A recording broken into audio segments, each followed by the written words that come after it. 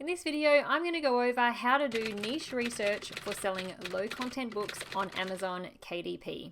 Welcome to my channel. My name is Caroline, and I wanted to make this video because I see a lot of videos on YouTube giving away niches. I do videos like this myself. In fact, I did one just last week. I'll link it at the top if you wanted to go check it out. I give away 7 low content book niches, but I think it is really important to know how to do this kind of research yourself. You don't always want to be relying on other people to give you niches or to find niches for you. So that's what we're going to look at today. Picking the right niche is one of the most important aspects of the whole book creation process.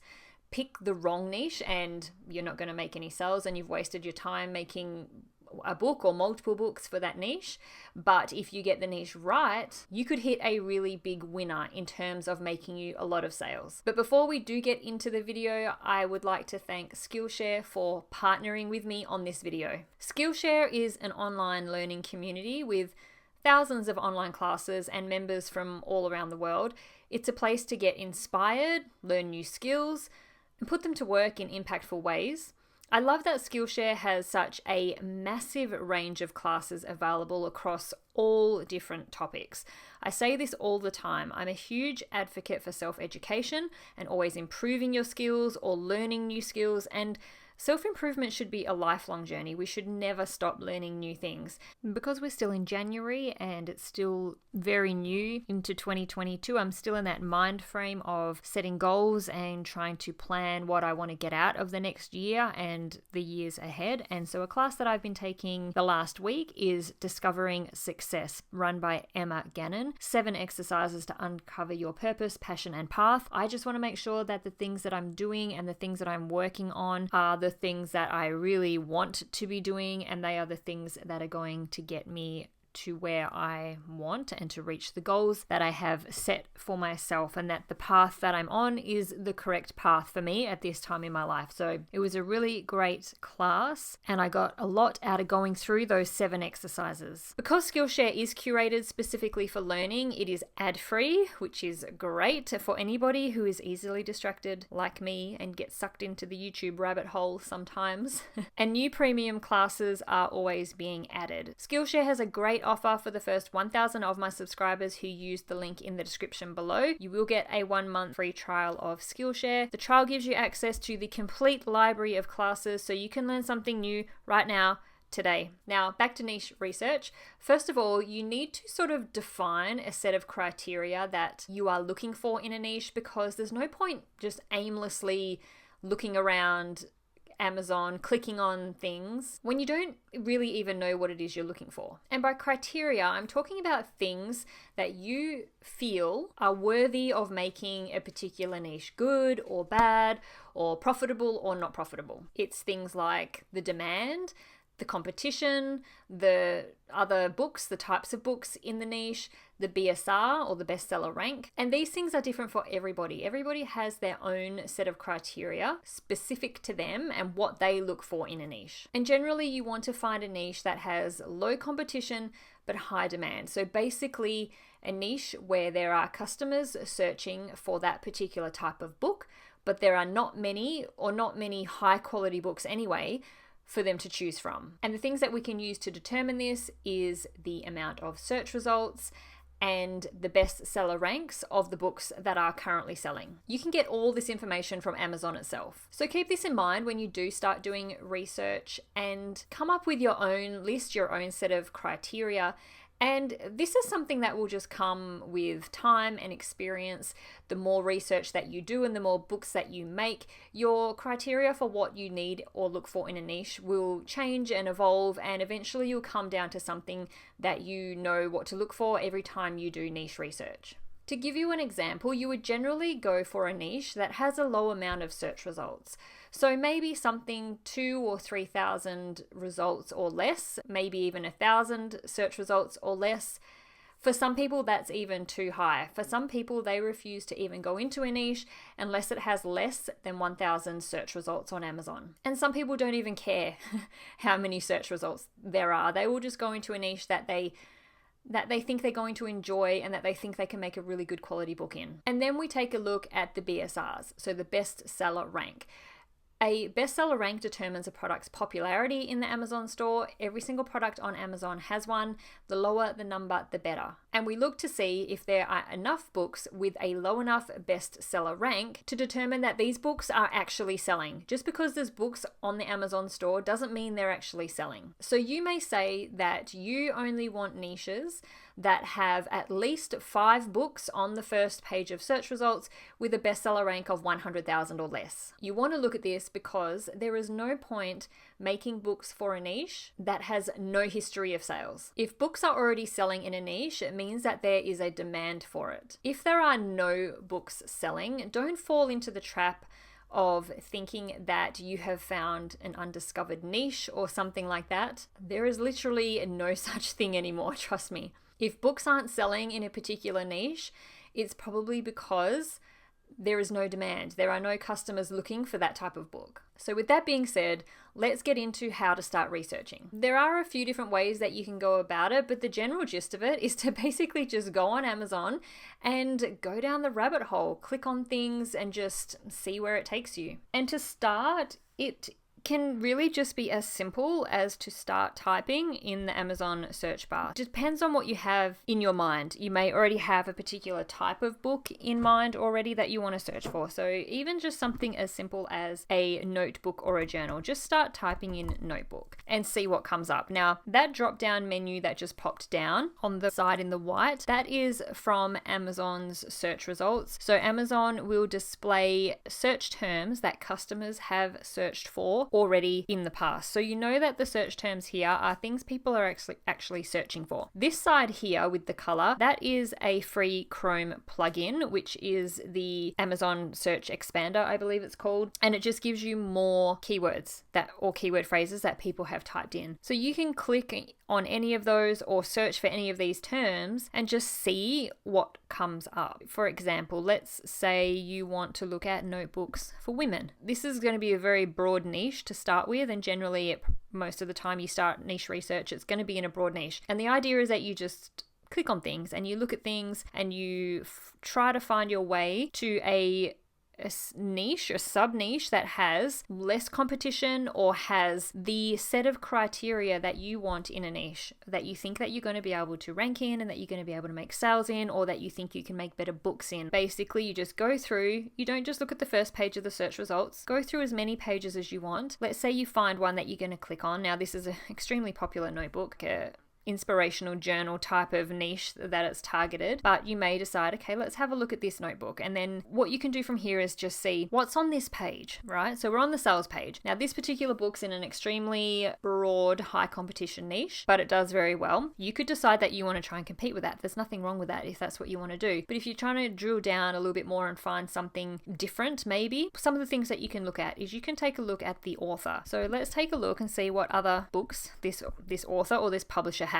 Now, they don't have a author central page, it's just come up as a search results, but they've got some notebooks in different languages. They've got another inspirational notebook here, not as great as a BSR as this one. They've got some more in different languages. So they're sort of just targeting the inspirational quote on the cover type of notebook. They do have this mindfulness journal. So then that might trigger something for you in your mind and think, okay, what's a mindfulness journal? Let's take a look at what a mindfulness journal is. And then maybe we'll say, okay, let's see what kind of competition there is for a mindfulness journal. It's coming up here in the search results, so people are looking for it. We can look for a mindfulness journal. We can look for a mindfulness journal for anxiety for teen girls. So we'll click on mindfulness journal. The search results have come down. Some may say that's still too high, but this is where you start getting into those smaller niches with a bit less competition. And then we can have a look through mindfulness journals and go, okay, this might be the kind of book we want to make. Or you might not. You might want to drill down even further. So let's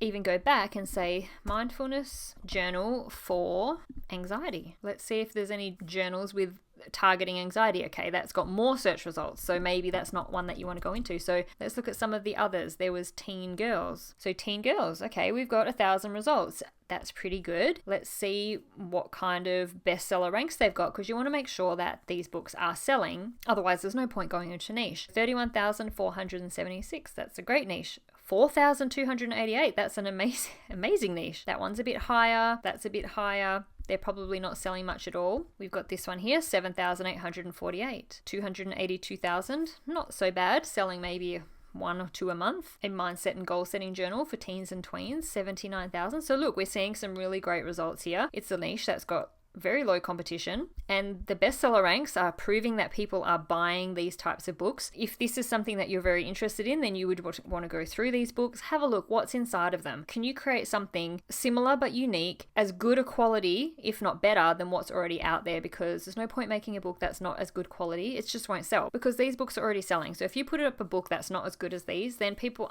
are just going to keep buying the ones that are already there and already have good reviews and things like that. And so while you're doing this, just take notes or keep a Excel spreadsheet or something like that of all the niches that you're looking at and the bestseller ranks and things, because trust me, after a little while of niche research, you forget what you did half an hour ago, and you look at so many books you forget. So keep a spreadsheet or take notes and just keep looking. You could always just keep notes of things that take your interest and then do a deep dive into them later on, or you could go into depth now. Me personally, I sort of look through as many niches and books as I can. I take notes and then I go back to the ones that I thought had potential at the beginning and do some more research into them. Say we're looking at these mindfulness journals for teen girls, and then up here I've just noticed, okay, there's a meal planner. It's come up under this advertising section here, but a meal planner. I wonder what kind of niche meal planners are like. So we'll open up that one. So a meal planner to track and plan your meals. Okay, that's interesting. Maybe there's a market for this. So then we can do a search for meal planner. Okay, so we've got meal planner notebook, meal planner and grocery list, meal planning notebook, meal planning journal. So let's say we might just say meal planner and grocery list. Okay, so it's only got 441 results. We've got books that are KDP and notepads that aren't. So these seem to be more like notepad type of lists, but here's one, meal planner and grocery list, 52-week planner and organizer for shopping and cooking, and it's got a great BSR, 55,057. So it looks like it's a very, very small niche, having a combined meal planner and grocery list. This particular book has done it and it's selling very well, and so maybe that's a niche that you could look into further. Now, some other things that you can do as well when you're just on Amazon is we can scroll down, and if we go down here, you see a whole bunch of things. You see books that are frequently bought together. So you've got the meal planner book here, then we've got a monthly bill planner and organizer and a budget planner. So that could tweak your interest again and go, okay, let's have a look at some budget planners and see what that niche is like and see if I want to make a book there. You can look down here. Customers who viewed this particular book also viewed these. They looked at the budget planners, they looked at other meal planners, they've looked at more meal planners, they've looked at grocery preps, and something else in here might pop up that makes you want to investigate it further. We can go down here and we've got products related to this item. So we've got other kind of journals. So this one's a 90-day nutrition, fitness and wellness tracker.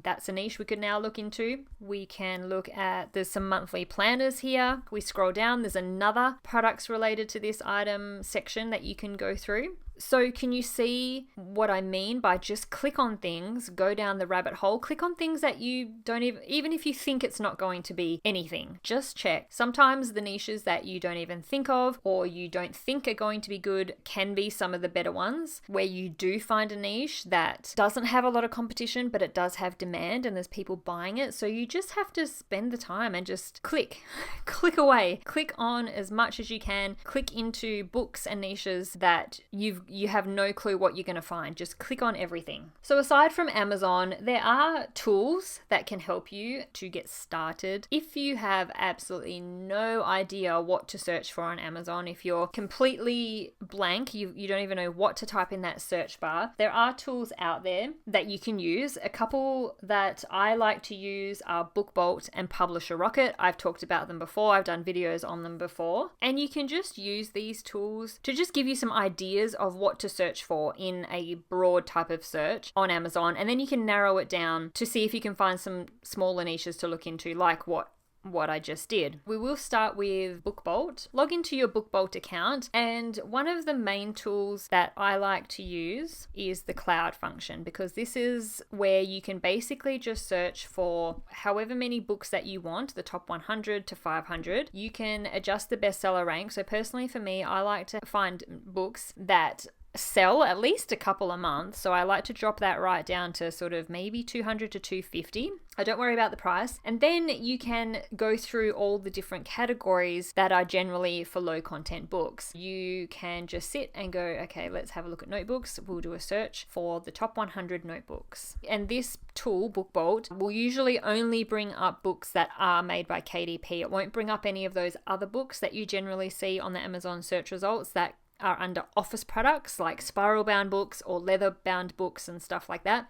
This will only bring up KDP books. You can sit here and go through and see what type of books we have coming up, and for the most part they will have bestseller ranks of less than 240 odd or whatever it was that I chose. So you know that they're generally selling at least something, even if it's just a couple a month. And this is where you get some ideas. So you might decide to research some graph paper composition notebooks or handwriting practice paper.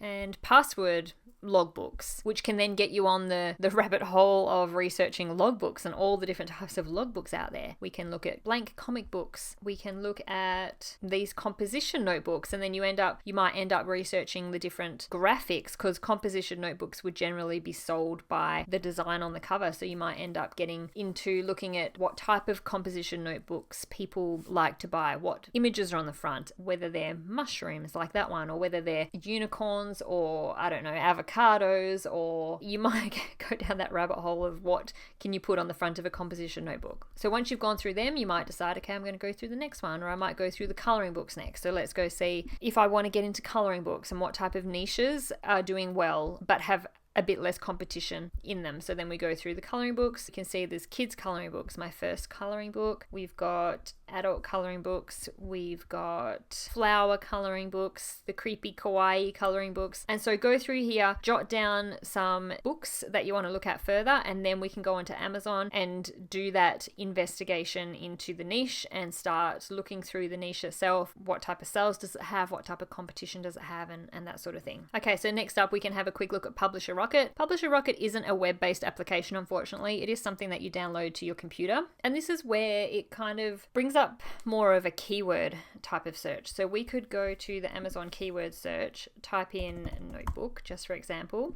And this could just give you an idea of search terms to look for in Amazon to see if it's a niche and if it's a niche worth looking into. So we could go and search for animal notebooks, art notebooks, basketball notebooks, sports. It's one of those passionate niches. People get really passionate about these types of hobbies. Butterfly notebooks. We could go see what kind of demand there is for butterfly notebooks. A notebook that might have a quote on the front saying enjoy the little things. Notebooks for teachers. So this should start giving you some ideas of just search terms to go to Amazon, pop in these search terms and see what comes up and see if you can find a niche associated with that particular search term. And you can even look at places away from Amazon, other marketplaces, for example. Etsy is a great one, and I like to look at printables in particular on Etsy and see if I can find something that could be made into an actual book. So for example, let's click on printable planner. We could see what type of pages or what type of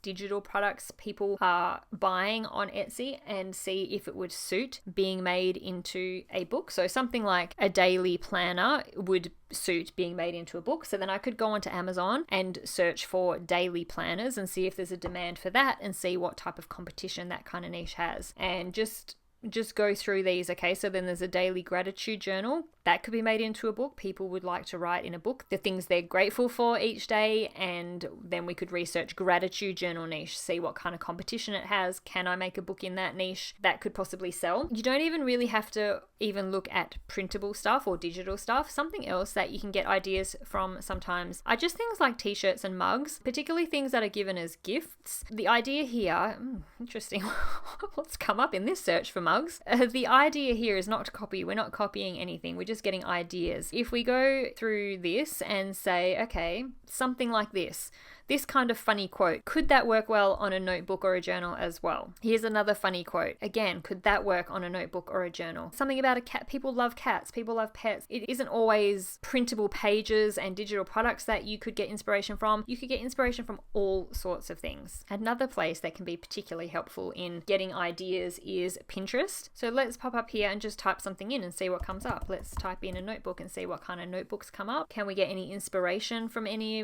of these pins, and anything that we can go on to take onto Amazon and research into further? So this one has an image of social media passwords. Maybe we could make a social media passwords book. So drilling down from a password logbook, which is quite a competitive niche, to social media passwords. And what else have we got? Bullet journals, that's trademarked, so don't call your book a bullet journal. We've got a writing notebook. It looks like something for kids. How to start a writer's notebook. We could look into what is a writer's notebook? What do they use it for? What type of interior would they want? Is there a demand for that on Amazon? That's something else you could research. We've got these notebooks with inspirational quotes on them again. They're very popular, but it is a hard niche to crack. Planner there. So you get the idea. And the idea is basically that you click on things, even if it's something you would never think of making a book in, and you just see where it takes you. Niche research takes a while. It is not something that you can do in 5 minutes and that's it, you're done, you found 10 niches. When I make videos, niche videos, where I reveal niches for you guys, like the one I did last week, I have usually spent a good few hours at least of research, finding those niches, and I don't even do the really intensive, deep research into each one for those videos like I would be doing if I was doing niche research for myself to find a book in. Those videos, I sort of do the surface research for you so that you can decide whether it's a niche you want to investigate further. But you should really spend quite a bit of time on this process. It really is the only way to find niches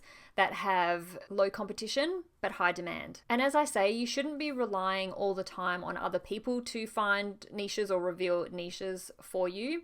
Being able to do your own niche research and find niches that suit you is a really, really important skill to have. So I hope you found this video helpful and that I was able to explain the niche research process a little bit, and that you can see the importance of spending a really good amount of time and doing the proper research to find niches. If you did find this video helpful, please let me know by giving this video a thumbs up, and I'll see you in the next video.